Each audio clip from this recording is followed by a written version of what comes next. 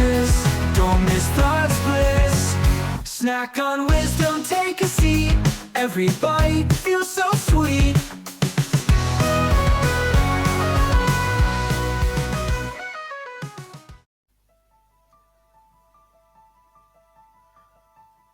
Episode 6, Part 1: Faith, Reason, and the Doorway Beyond Logic. Welcome back to Food for Thought. I'm Jack, and in today's episode, we're diving into one of the deepest questions in religious philosophy: can reason alone prove the existence of God? In this first part, we'll explore how religious thinkers have used reason and logic to argue for the existence of God. We'll look at some of the most influential philosophical arguments and how they've shaped our understanding of faith. But as we'll see, reason can only take us so far.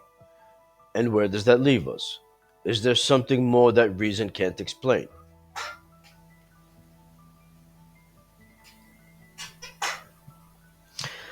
There's something profoundly human about our need to understand where we came from, and who, if anyone, is behind all of this.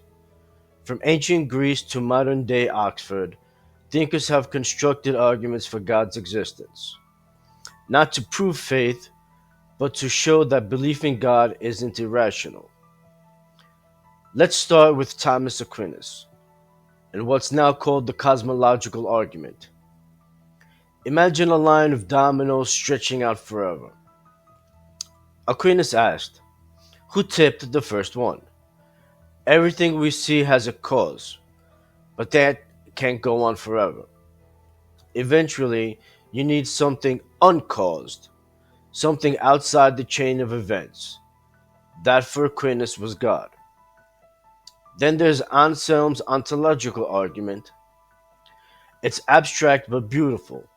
He said, if we can conceive of the greatest thing possible, one that lacks nothing, then that being must exist.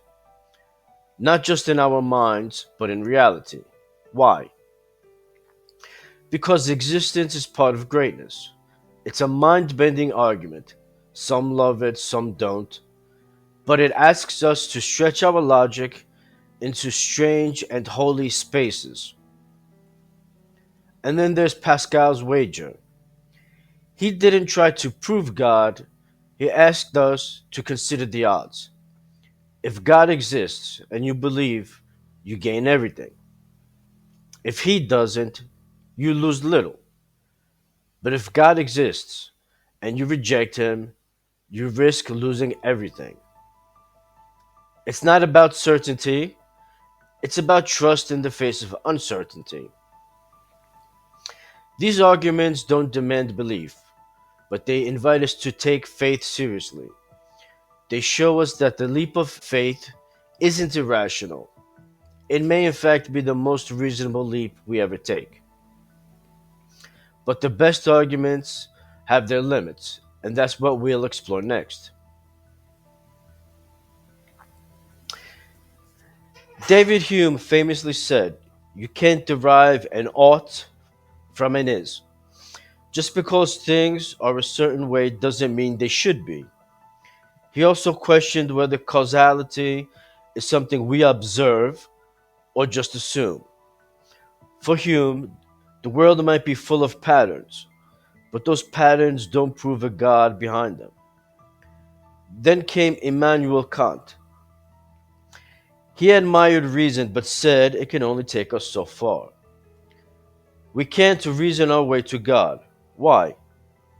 Because God, if he exists, isn't part of the world we observe and test. He's beyond it, beyond time, beyond space, beyond what Kant called the phenomenal world. That can be unsettling. We crave certainty. We want to know. But at the edge of reason, we find a terrifying silence. It's like standing on a cliff. You can map the rocks behind you, the sky above, but not the darkness ahead. That's where reason ends, and something else must begin. Maybe you've been there, sitting by a hospital bed, or staring at the stars, or watching a child being born, and you realize logic alone can't hold the weight of the world. Reason matters deeply, but it isn't always enough. So, what happens when reason runs out? Some give up, some turn cynical, but others, perhaps most of us, look for another way forward. That's where the heart comes in. Not sentimentality, not wishful thinking, but a different kind of knowing. A knowing rooted in experience, in beauty, in trust. Take love. You can't prove love in a lab. You can't dissect it with logic. But we believe in it. We stake our lives on it. And when it's real, it changes us. That's how faith works too. Faith isn't the enemy of reason. It's what picks up when reason reaches its edge. It's not blind. It's brave. It's not the absence of evidence. It's the presence of trust. And it's deeply human. We love, we hope, we believe. Not always because we've calculated it's safe, but because something in us whispers, this matters. This is worth it.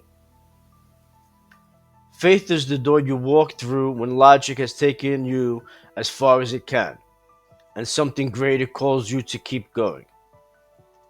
And that's where we're heading.